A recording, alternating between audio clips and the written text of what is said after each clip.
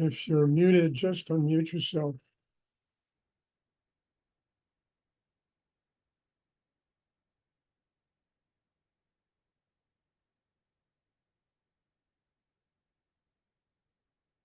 Does anyone have a question?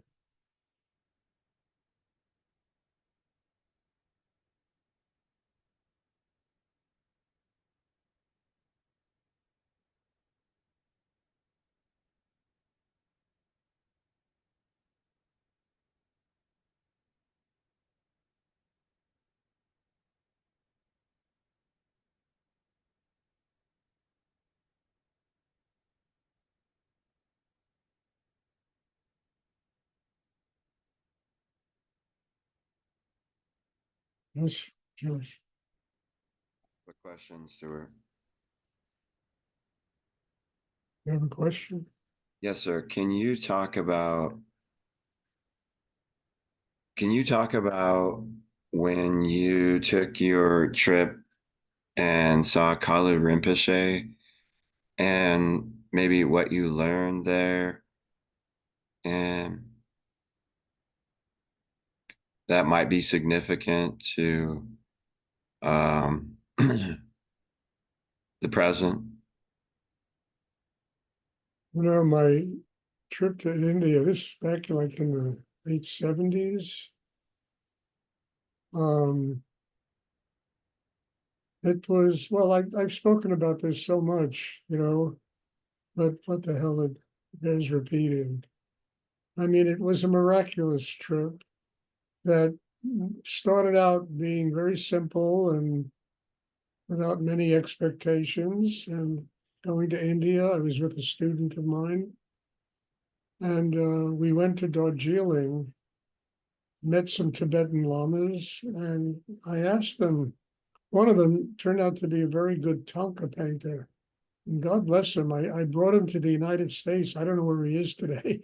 I brought him here, hoping that he would, paint Tonkas and do stuff like that. And I remember just a little side story. I remember one day I waved down a cab in New York City.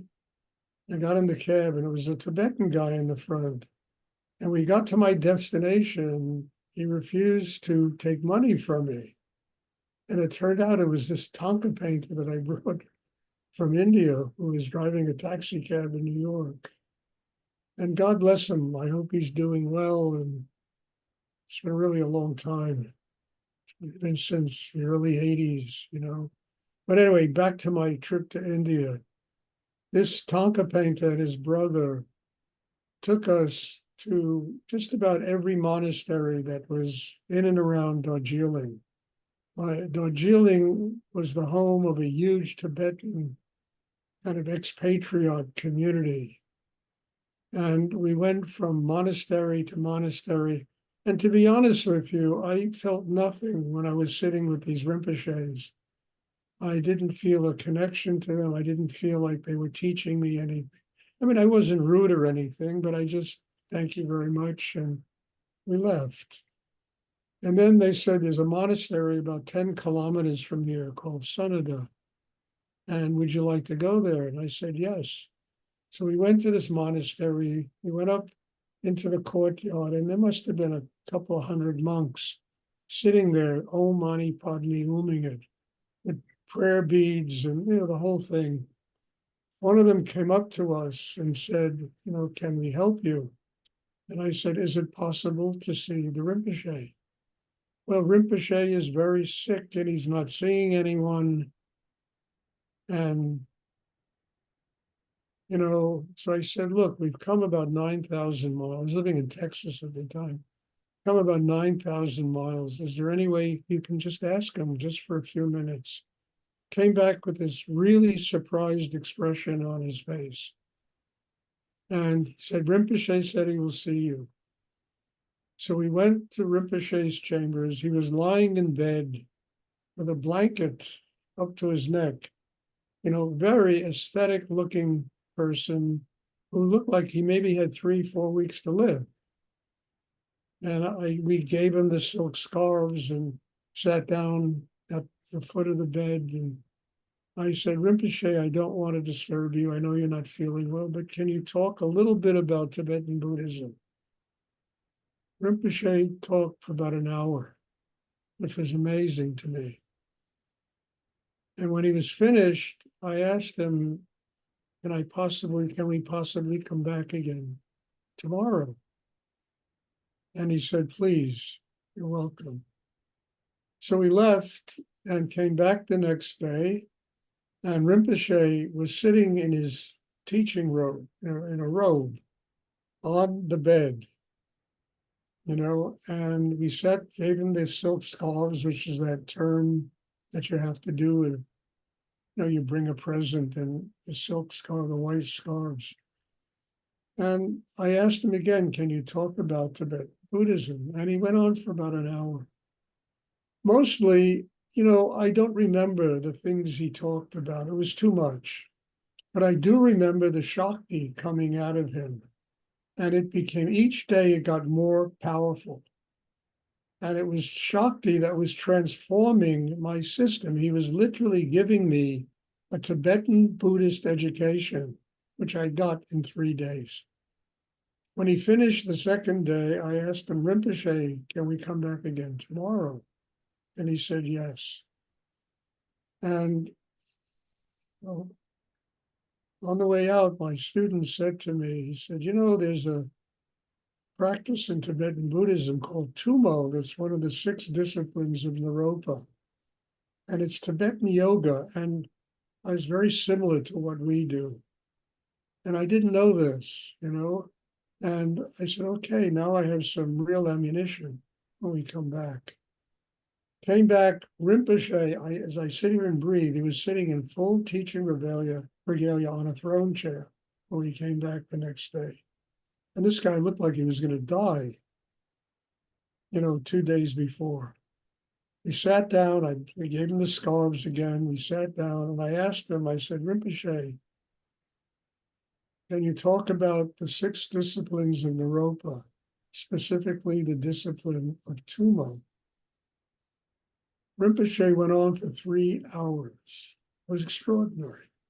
The translator was all in Tibetan. The translator told me that in 13 years of living in this monastery, he never heard these teachings about Tumo, about the disciplines of Naropa, and it was extraordinary. The energy, the Shakti, the power of what we were being taught was so extraordinary and deep.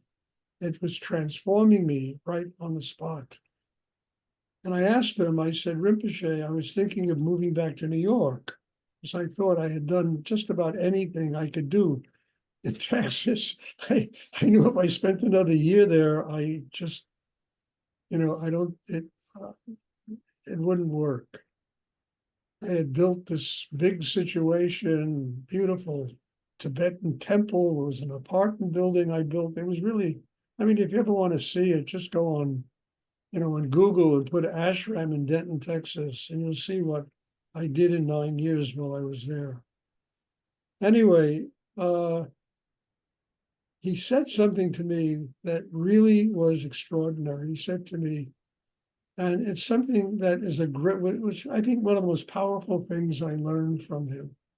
He said, when he was a young tulku in Tibet, he had questions for his Rinpoche, he would go, and there were lines of lamas, lines of them, 50 lamas were lined up to see the Rinpoche because they had questions about their spiritual life.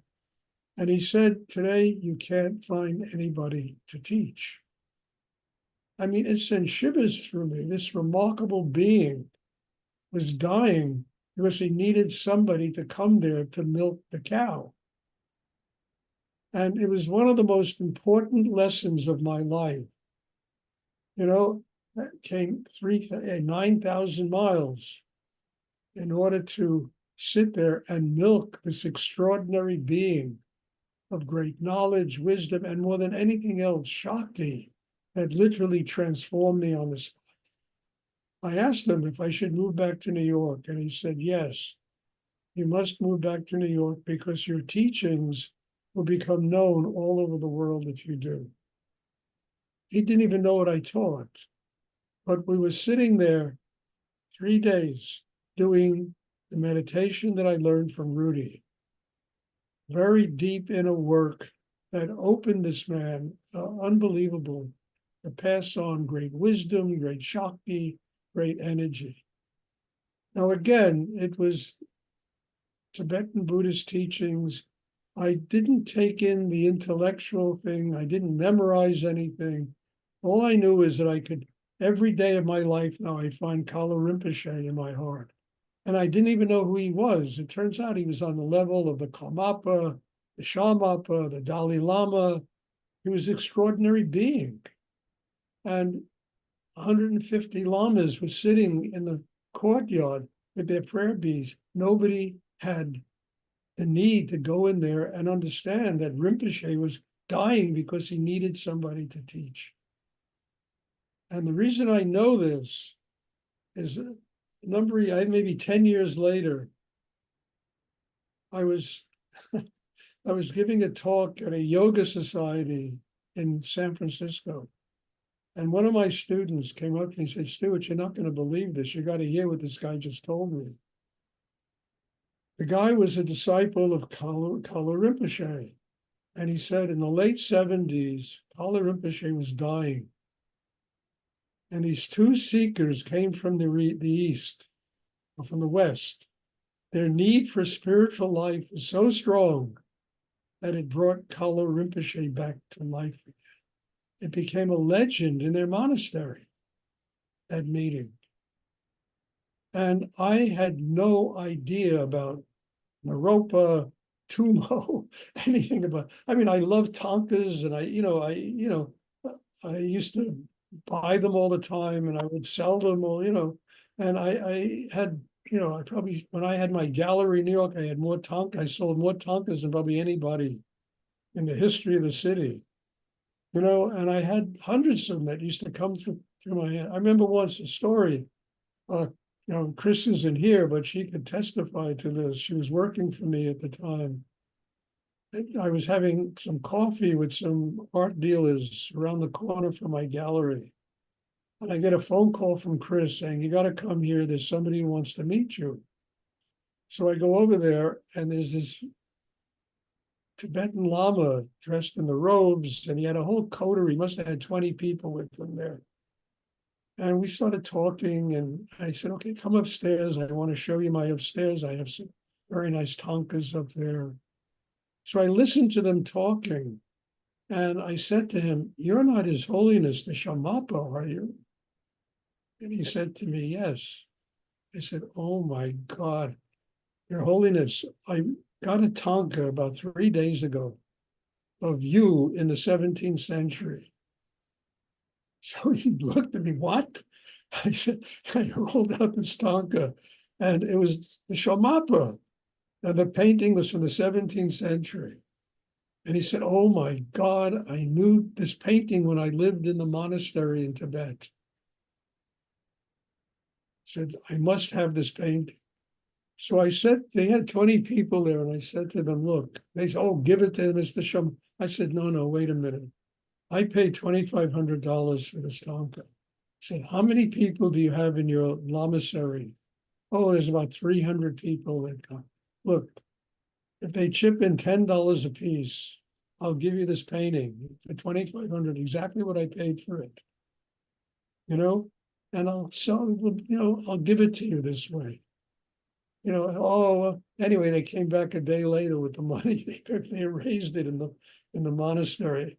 And I, gave them that I could have gotten $7,500 from that painting for a person who was a real collector. Anyway, Shamapa and I became very good friends. I met him once in Kathmandu, and he, I was at the Yak and Yeti Hotel walking across the lobby in Kathmandu, and suddenly, Stuart, I see this little guy in a robe running across the lobby. How are you? Oh my God, what are you doing here? How are you? It's a Shamapa. You have to come to Sikkim and spend a month at the monastery there. You'll be my special guest. It was incredible. It was incredible. And I'm not a Tibetan Buddhist. I used to have pretty vast knowledge about Tibetan Buddhism because I had to know it because of the business I was in. But all these remarkable experiences came about. And what I learned from the Shammapa, God bless him, the thing that Rudy used to talk about, a teacher is a cow. And if the teacher is not milked, the teacher will scream into the night. And people take a teacher for granted. They just assume, instead of understanding that probably the most magical, special relationship that exists in this world is the relationship between teacher and a disciple. It only exists because of one thing. Both of them want to get to God. And Kalu Rinpoche is lying in bed. I can't find anybody to teach. And often I have the same problem. Thank God for these Zoom classes, because the very act of the transmission of Shakti forces both the student and the teacher to go so deep inside themselves that the only place they can really get that energy is by going to God, going to a higher source of energy in the universe. So it was an amazing experience in my life and that remarkable teacher. I went back again to Darjeeling on another trip, and they had a place where he was buried, and I went there and I started doing this meditation there. And I did it for about 45 minutes. And he came and he said, I was waiting for you. And he gave me this whole lesson about wisdom and compassion, how the two of them are essential for each other.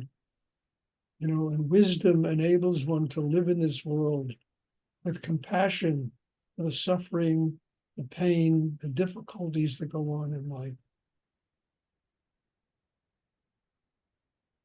So you never know how you're going to get your education. And I really mean this. You never know what is going to teach you. I remember sitting in Rudy's gallery with him, and this bag lady walked in, street woman. And he got up, he was so kind to her, he was so gentle with her, and he gave her some money and he talked to her. And he came back and he said to me, Stuart, God has thousands of masks. You never know how God is going to appear in your life.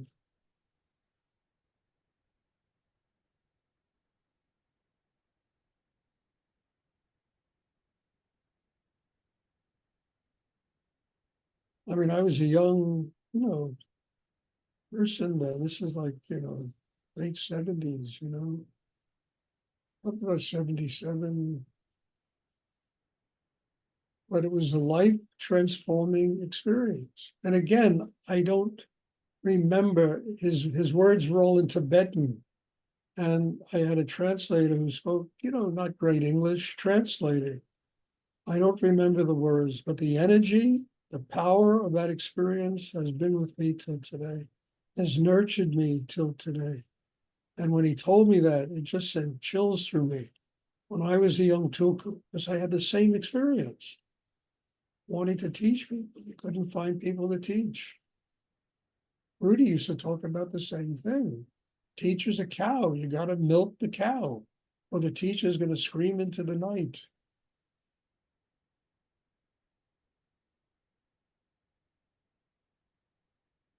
And the most important thing aren't even the words of the teacher, it's the energy, the Shakti that you take in and you allow it to absorb inside your system and to help build a chakra system that connects you to higher energy in the universe. Then all the wisdom in the universe comes. As I said earlier today, it's not me talking. I am not talking here. I don't ask Jennifer. She lives here, for God's sake. I don't talk like this all day. It's the energy of God, of spirit that comes through the milking of the cow.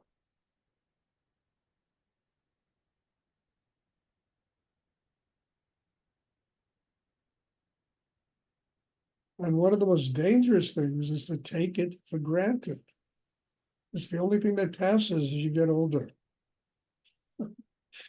And then it gets even harder and harder to do it.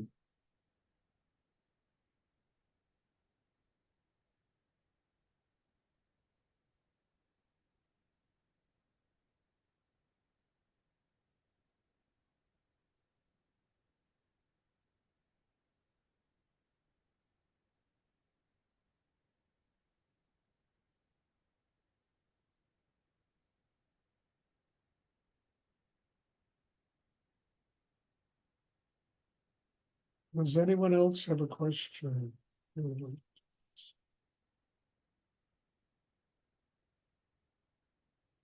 be honest, I must have sat through 1,000 talks that Rudy gave. I cannot remember one of them. Not one. Every single one of them exists and lives inside me. And exact moment that I need his wisdom, it's always there. But in my head isn't big enough. My brain isn't vast enough to remember all the things he used to talk about. And your brain, I are not vast enough to remember all of this stuff. But the energy, that is really the secret to this, taking in the energy, developing a system inside that gives you the inner capacity to connect with infinite energy. And then wisdom just flows into you from the cosmos. You see what's real. You see what's an illusion. You work on yourself in a deep way. You can make choices that are conscious choices, not dictated to you by other people's emotions and what they believe and don't believe, but things that help you to grow spiritually. Because, it's real. Everything else just comes and goes. It's all transient.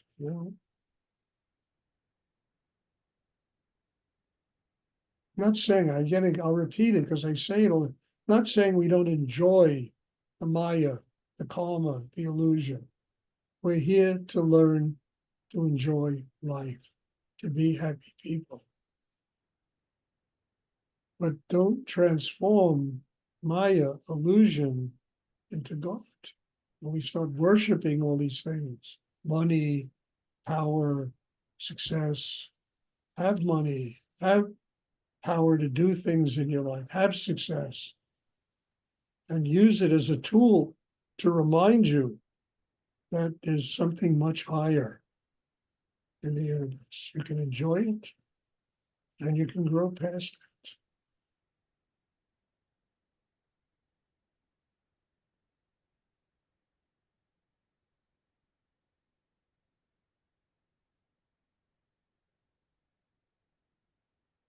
Does anyone else have a question?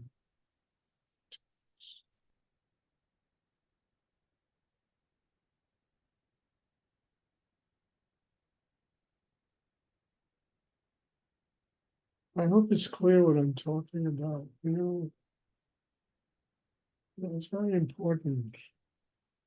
Most important thing is, after this class, just lie down for 20 minutes, absorb the energy.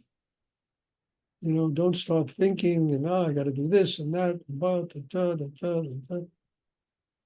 just lie down, absorb the energy. Let it take you to a different plane of consciousness. Let it help you build a system inside that can attain spiritual enlightenment.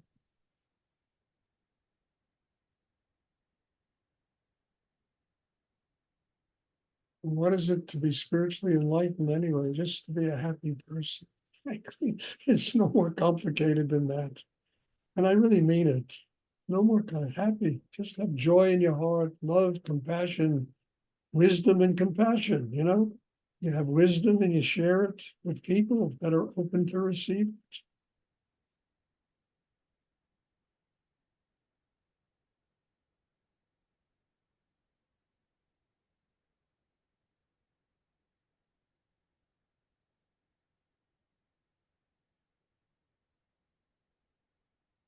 Does anyone else have a question?